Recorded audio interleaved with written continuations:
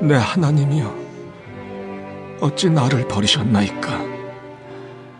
어찌 나를 멀리하여 돕지 아니하시오며 내 신음소리를 듣지 아니하시나이까?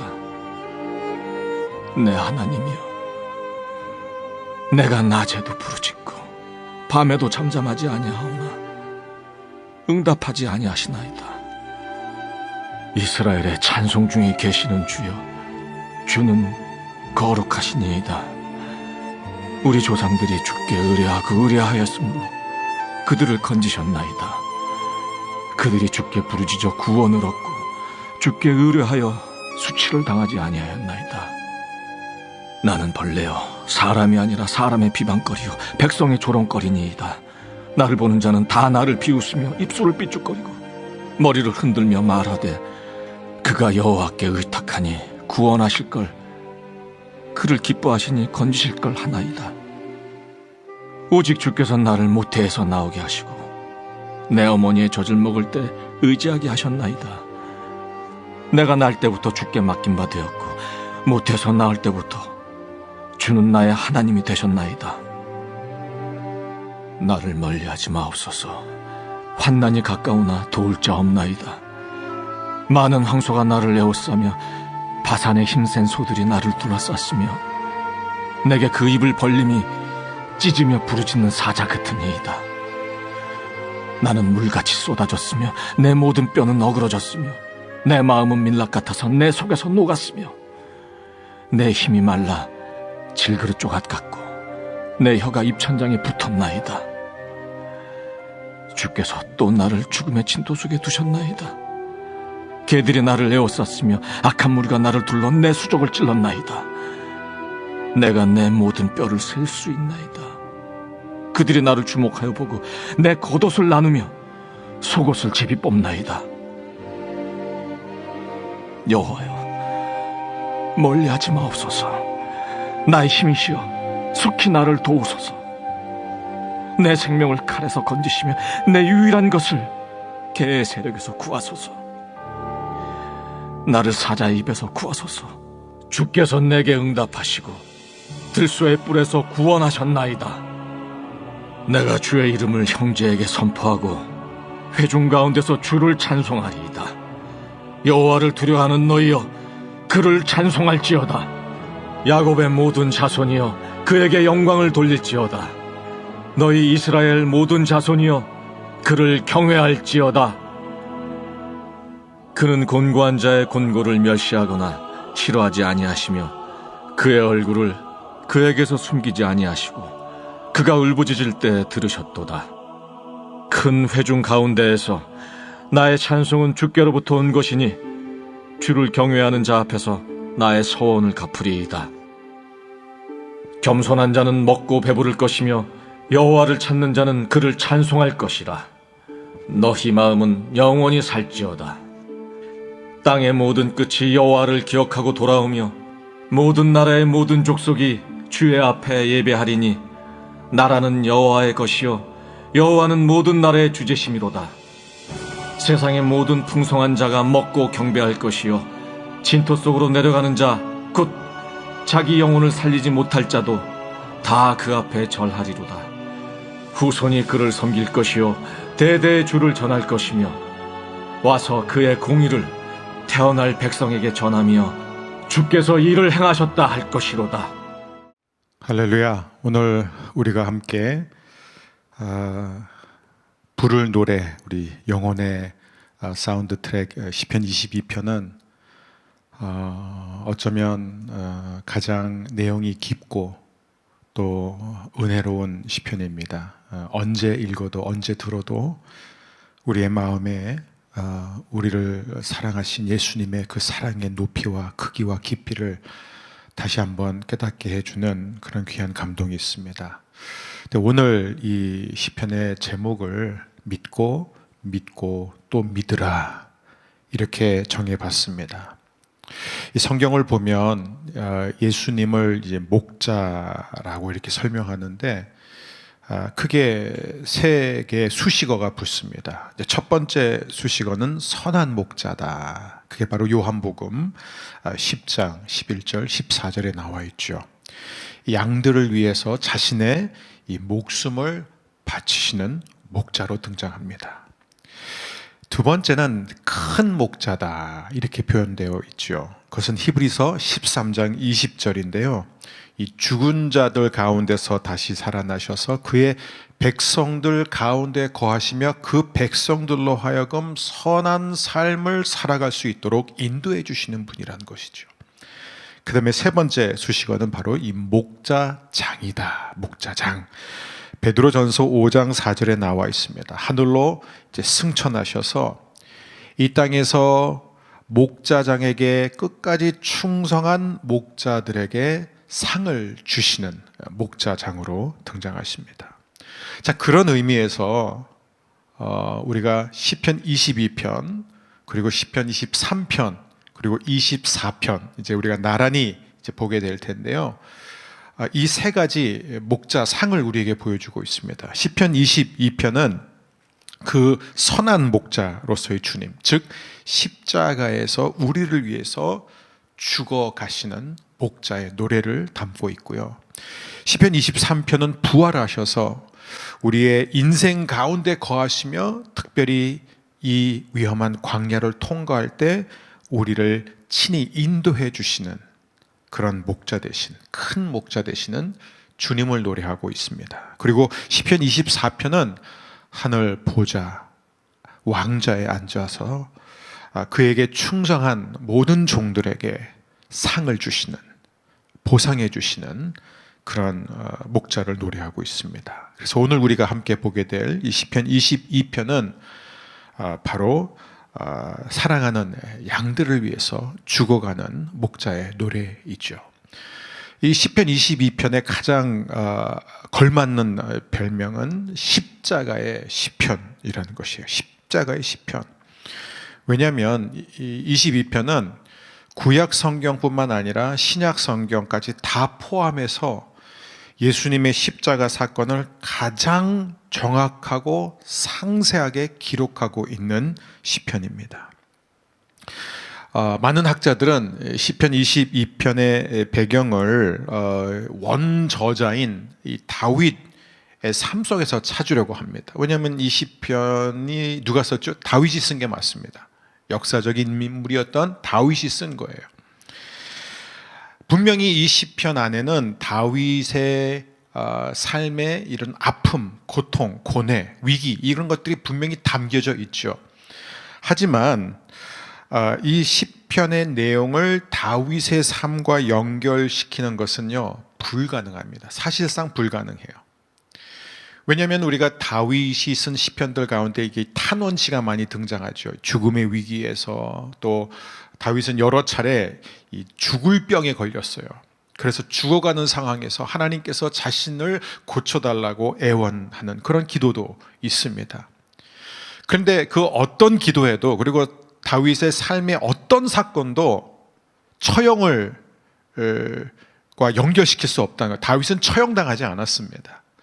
그것도 이 시편 22편이 다루고 있는 이 처형은 아주 구체적으로 십자가 처형을 다루고 있기 때문이죠. 그래서 구약의 권위적인 학자인 데레크 키드너 박사님은 다윗의 삶 속에서 일어난 일들 가운데 시편 22편을 설명해 줄 수 있는 사건은 도무지 찾을 수가 없다, 이렇게 말했습니다. 그게 무슨 얘기냐? 시편 22편은 하나님이 다윗을 통해서 예수님께서 우리 죄를 위해 죽임 당하셨을 때 겪으실 고통과 버림받으심을 예언적으로 다루고 있는 것입니다. 즉 시편 22편은 예언적인 메시아 시편입니다. 우리가 이것을 분명히 이해하고 시편을 읽었으면 좋겠어요. 근데 22편을 보게 되면 이제 크게 1부, 2부, 전반부와 후반부로 나누게 되는데, 이 전반부는 1절에서부터 21절까지를 다루고, 이것은 한마디로 우리의 구원을 위해 십자가에 달려서 죽임 당하시는 주님의 부르짖으며 고난, 주님의 고난을 노래하고 있습니다. 주님의 고난. 그 다음에 2부, 후반부는 이 구원의 완성을 외치시는 주님의 승리를 담고 있죠. 그게 22절부터 31절입니다. 다른 말로 하면은 이 전반부는 뭐냐면 하나님 아버지의 도움을 구하는 주님의 부르짖음을 다루고 있고요. 그리고 후반부는 찬양으로 기뻐하며 노래하며 선포하는 그런 주님을 다루고 있습니다. 자, 그러면 우리가 오늘 전반부를 보게 되면 굉장히 재미있는 구조, 아주 중요한 구조가 등장해요. 그게 뭐냐면은 불평과 확신 또는 의심과 믿음이라는 이 구조로 세 번의 이 사이클로 반복이 됩니다. 이 굉장히 중요해요. 세 번의 사이클로 반복이 돼요. 불평과 확신, 또 다시 불평하고 확신하고 또 다시 불평하고 확신하는 모습입니다. 그래서 첫 번째 사이클은 1절, 2절 거기서 먼저 하나님께 호소를 합니다. 불평을 하는 것이죠. 그 다음에 3절, 5절을 보게 되면 다시 하나님 안에서 확신을 누리게 되는, 그 다음에 또 두 번째 사이클 6절부터는 다시 원망과 불평, 호소가 이어지고요.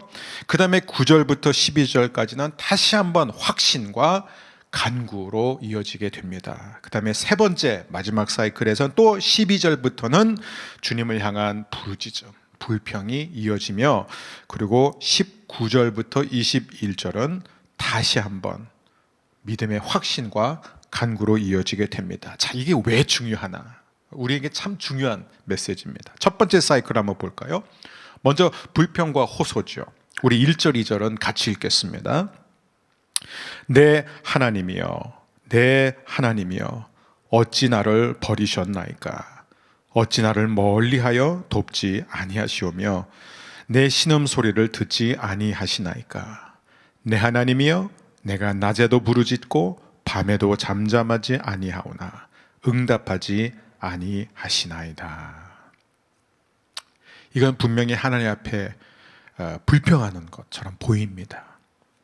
지금 예수님은 굉장히 괴로워하고 계세요. 예수님이 왜 이렇게까지 이렇게 비통함을 느끼셨을까요? 하나님으로부터 버림 받았기 때문입니다. 우리는 시편 22편을 통해 실제로 주님이 이 내면으로 느끼셨던 이 아픔, 이 처절한 배신감, 분노, 두려움, 이게 그대로 우리가 들여다볼 수 있다는 거예요. 여러분, 우리가 복음서를 보게 되면은 예수님이 가상칠언, 그렇죠? 7마디를 하시죠. 그래서 그 7마디만 분석해 보면은 예수님이 십자가상에서도 굉장히 그냥 태평하시고, 그죠? 비록 육신은 너무 힘드셨지만 그의 마음, 그의 내면은 여전히 하나님을 향하고 전혀 혼란이 없었고 전혀 아픔이 없었던 것처럼 그렇게 느낄 수 있어요. 굉장히 태연하신 그런 주님의 모습으로 비춰지지만 시편 22편을 통해서 우리는 그 뭔가 태연해 보이고 그렇게 흔들리지 않는 그런 주님의 외면적인 모습을 넘어 주님 안에서 주님이 실제로 느꼈던 그 깊은 고독과 버림받음과 상처와 분노와 아픔, 두려움을 보게 된다는 것이죠. 그래서 우리는 예수님 안에 이 시편 21편을 읽으면 예수님이 얼마나 그 순간에 아팠고 얼마나 거절감과 이 상처로 가득했는지를 알게 됩니다. 여러분, 혹시 하나님이 날 버리셨다 이런 생각을 해본 적이 있습니까? 저는 어렸을 때 여러 번은 아니고 한두 번, 많아야 한 두세 번 정도 이렇게 아주 어렸을 때예요. 이렇게 자다가 한밤중에 갑자기 막 깨요. 그럼 막 땀을 흘리고 있는 거예요. 근데 그게 왜 그러냐면 갑자기 부모님이 나를 두고 떠나셨으면 어떡하지? 이상한 생각이 드는 거예요. 아주 어렸을 때예요. 그래서 막 계속 잠이 안 오니까 결국 안방에 들어가서 부모님이 주무시는 것을 확인한 다음에 다시 제 방에 들어와서 잠을 청했던 기억이 한두 한두 번 정도 있었어요. 근데 그때 그 기억이 너무 생생했어요. 근데 여러분 오해하지 마세요. 우리 가정은 굉장히 따뜻한 가정이었어요. 부모님은 늘 저에게 아주 넘치는 사랑을 주셨던 분이에요. 그러니까 어떤 부모님으로부터 사랑을 못 받아서 어떤 거절감 때문에 그런 불안한 증세가 있었던 게 아니라 아마 모든 아이들이 어렸을 때 한두 번쯤 겪는 두려움일 거예요. 아, 엄마 아빠 나를 버리면 어떡하지? 나 혼자 되면 어떡하지? 근데 아직까지도 성인이 되어서 지금도 그 40 몇 년 전에 그 기억이 너무나 생생하다는 거예요. 얼마나 두렵고 얼마나 떨렸는지 정말 공포 그 자체였습니다. 우리 아들 녀석이 이제 막 걷기 시작했을 때, 막 걷기 시작하고 이제 조금 이제 걸음 속도가 좀 빨라졌을 때니까 한 3살, 2살, 3살 그때 이제 하여간 백화점에 갈 일이 있었어요. 근데 이 잠깐 계산하는 사이에 이 아이가 없어진 거예요. 근데 그때 사람이 굉장히 많았거든요. 그래서 계산을 하다 말고 갑자기 안 보이니까 너무 당황했죠. 그래서 제가 이제 막 백화점을 돌기 시작했습니다. 근데 뭐 사람이 워낙 많으니까 안 보이는 거예요. 그래서 계속 아들의 이름을 부르면서 아마 2바퀴인가 3바퀴를 돌았는데 그게 저한테는 1시간처럼 느껴졌어요. 잠깐 아마 몇 분 이게 지났을 거예요. 계속 도는데 안 보입니다. 어떡하지? 그래서 혹시나 얘가 올라갔나 내려갔나 해서 또 내려갔다가 오고 또 올라갔다 오고 그래서 그렇게 하면서 10몇 번이 흘렀어요. 그러고 나서 이제 다시 내려와서 이제 다시 찾기 시작하는데 아빠 하는 소리가 이제 들리는 거죠. 어디선가부터 들리기 시작했어요. 그래서 제가 이제 열심히 귀를 기울였는데 이제 그 소리가 나는 방향으로 걸어갔는데 그 목소리가 얼마나 애절했는지 제가 아직도 너무 기억을 하는데 여러분 저는 그 목소리를 듣자마자 바로 그 목소리가 있는 쪽으로 향해 달려가서 이 아들을 공포에 떨고 있었던 아들을 이렇게 안아줬습니다. 근데 여러분 만일 그렇게 애절하게 아빠를 찾는데 응답하지 않는다. 대답이 없다. 끝까지 침묵한다. 어땠을까요? 여러분 한번 우리가 그 부분을 생각해 봐야 돼요. 예수님은 이때 심정이 어떠셨을까? 사실 우리는 예수님의 심정을 이해할 수 없어요. 왜냐하면 우리가 육신의 부모님과 맺는 관계가 아무리 좋아도 예수님이 하나님 아버지와 맺은 관계는 비교가 안 되기 때문에 그래요. 예수님은 처음부터 하나님과 하나셨어요. 완전한 하나됨을 이루셨던 분이었습니다. 태초부터 완전 그 자체였습니다. 즉 아버지와 아들 사이에서는 단 한 번도 어떤 균열, 어떤 틈, 어떤 갈등이 존재한 적이 없었습니다. 그래서 예수님께서 친히 요한복음 10장에서 아버지와 나는 하나다라고 말씀하셨던 것처럼 두 분 사이에서는 어떠한 간격도 존재한 적이 한 번도 없었습니다. 그런데 지금 십자가에서 우리 주님이 하나님 불러도 낮에도 밤에도 불러도 대답이 없으시다. 이렇게 기록되어 있습니다. 어떤 학자들은 이거는 하나님이 정말 그 순간에 아들을 버리셨다고 보는 것은 무리다. 어떻게 하나님이 하나님 자신을 버리느냐. 그거는 사실상 있을 수 없다. 그래서 진짜로 버리신 게 아니라 예수님이 너무 힘드니까 심정적으로 너무 괴로우니까 그래서 시편 22편이라는 기도문을 그 순간에 읊은 것이다. 그렇게 봐야지 하나님은 결코 아들을 버릴 수가 없다. 이렇게 가르치고 있습니다. 여러분 여기서 우리가 간과해서는 안 되는 게 뭐냐면 하나님이 실제로 예수님을 버렸다는 거예요.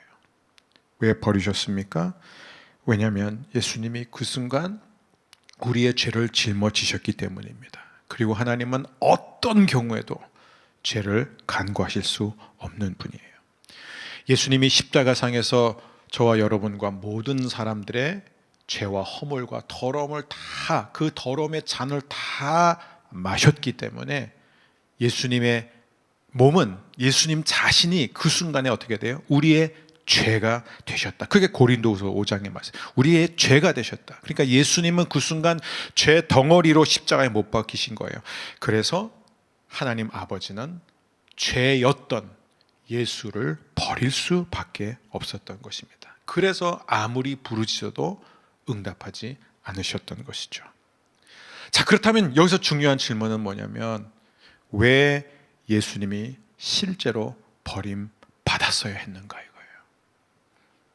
그 이유는 바로 여러분과 제가 버림받지 않기 위해서다. 그거예요. 우린 비록 때때로 힘들고 괴롭고 아프면 하나님이 나를 버리신 게 아닌가 이런 생각이 들 때가 있죠. 근데 하나님은 결코 우리를 버리지 않습니다. 어떤 경우에도 우리를 버릴 수가 없습니다. 왜냐하면 우리를 버리지 않기 위해서 그날 아들을 버리셨기 때문이에요.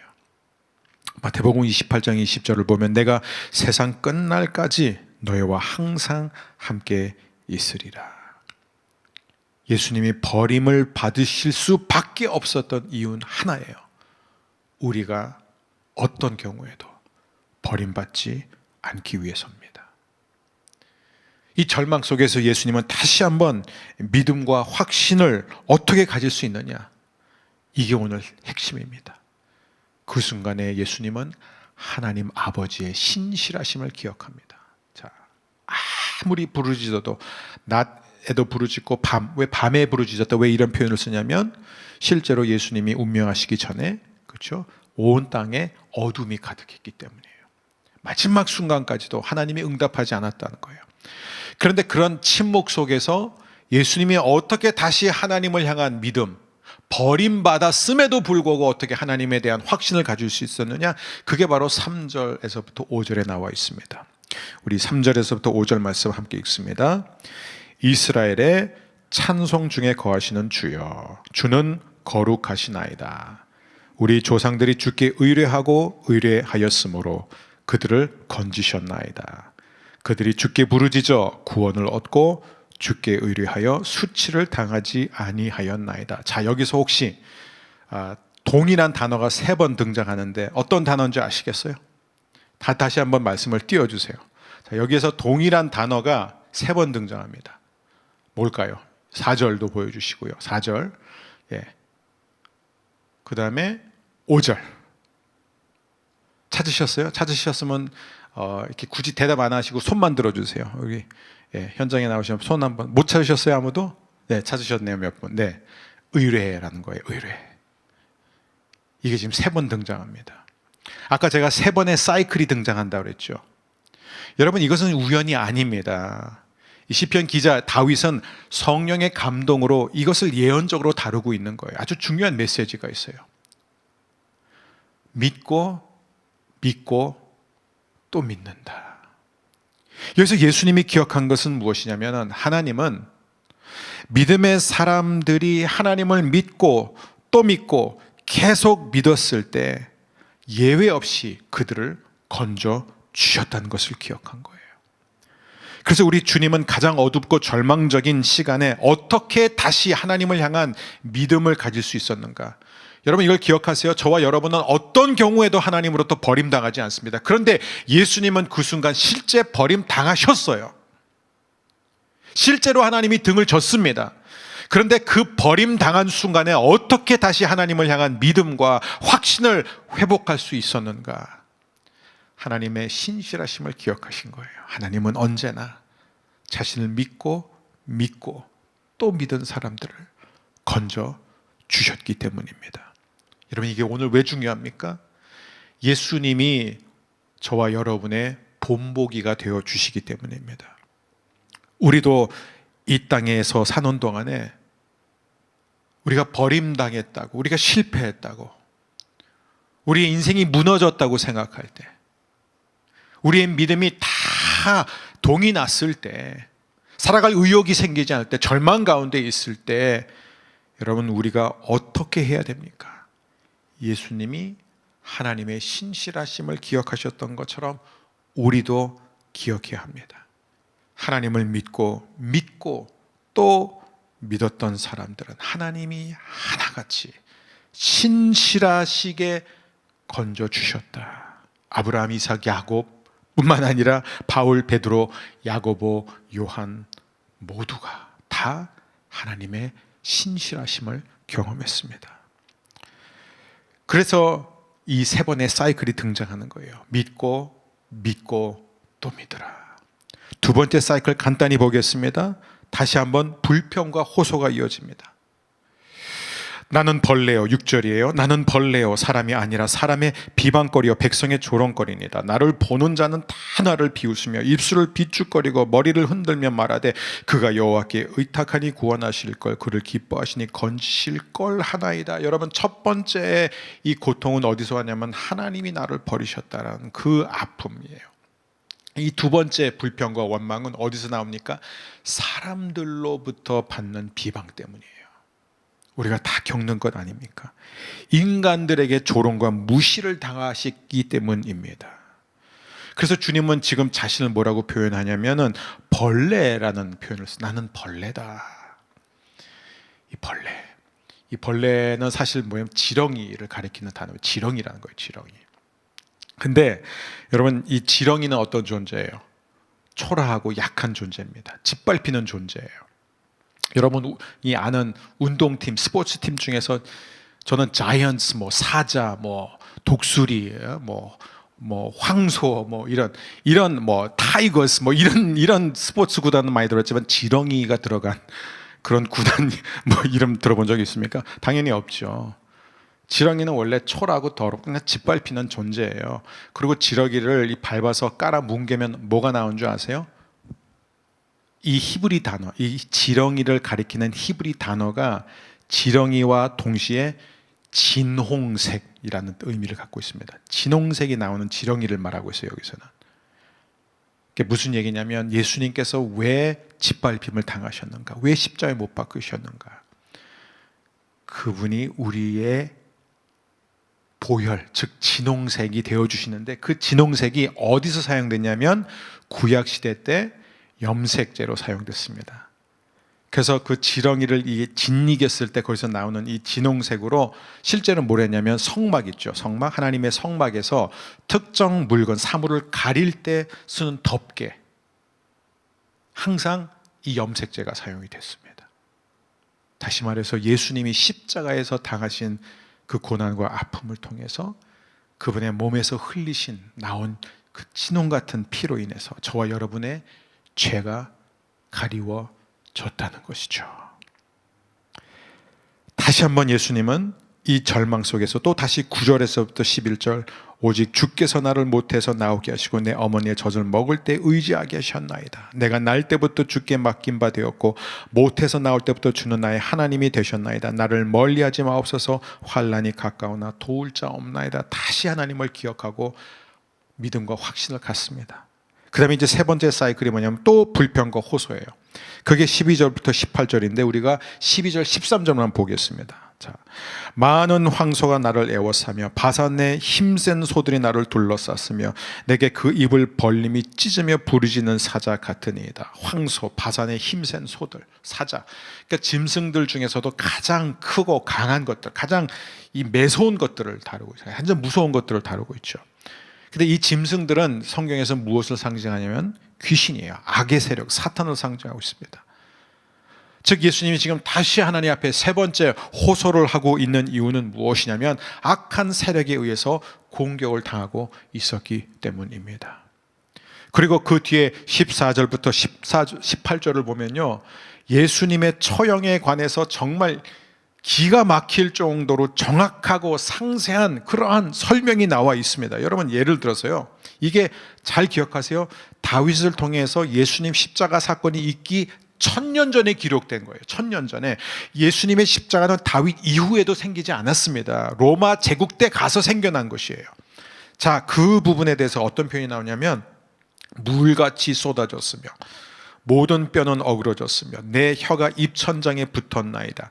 개들이 나를 애워쌌으며 악한 무리가 나를 둘러 내 수족을 찔렀나이다. 내 겉옷을 나누며 속옷을 제비 뽑나이다. 이 모든 사건이 실제로 복음서에 나타난 예수님의 십자가 현장을 그대로 보여주고 있습니다.